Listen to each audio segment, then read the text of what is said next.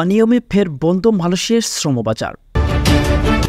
বিস্তারিততে যাওয়ার পূর্বে আপনারা যারা এই চ্যানেলে নতুন, চ্যানেলটি সাবস্ক্রাইব করে কমেন্টের মাধ্যমে আপনার মতামত শেয়ার করুন। বাংলাদেশিদের জন্য গত 15 বছরে 3 দফায় বন্ধ হয়েছে মালয়েশিয়ার শ্রমবাজার। প্রতিবারই শ্রমবাজার বন্ধ হয়েছে অনিয়মের অভিযোগে। এরপর যখন খুলেছে তখনও সঙ্গী হয়েছে অনিয়ম। অভিযোগের পর অভিযোগ উঠেছে এজেন্সি ও সরকারি ব্যবস্থাপনা নিয়ে। প্রতিষ্ঠানগুলোর অবহেলার বরাবরই ক্ষতিগ্রস্ত হন বিদেশগামী কর্মীরা। স্বপ্নভঙ্গ হয় তাদের অনেকের। সবশেষ বাংলাদেশি কর্মীদের মালয়েশিয়ায় প্রবেশের শেষ দিন ছিল গত শুক্রবার।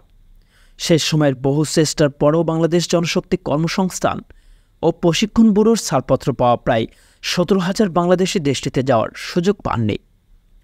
কবে নাগাদ তারা দেশটিতে প্রবেশ করতে পারবেন তার অনিশ্চয়তা তৈরি হয়েছে। এদিকে মালয়েশিয়ায় শ্রমিক পাঠানোর সংকট তৈরির সঙ্গে জড়িতদের ছাড় দেওয়া হবে না বলে হুঁশিয়ারি দিয়েছেন প্রবাসী কল্যাণ ও বৈদেশিক কর্মসংস্থান প্রতিমন্ত্রী শফিকুর রহমান চৌধুরী। তিনি বলেছেন, জড়িতদের বিরুদ্ধে শাস্তিমূলক ব্যবস্থা গ্রহণ করা হবে। বিপুল সংখ্যক কর্মী যেতে না পারার কারণ খুঁজে বের করতে মন্ত্রণালয় রবিবার 6 সদস্যের একটি কমিটি গঠন করেছে। কমিটিকে 7 দিনের মতো তদন্ত প্রতিবেদন জমা দিতে বলা হয়েছে। সংবাদের এ পর্যন্তই। পরবর্তী নিউজ আপডেট পেতে আমাদের সাথেই থাকুন। ধন্যবাদ।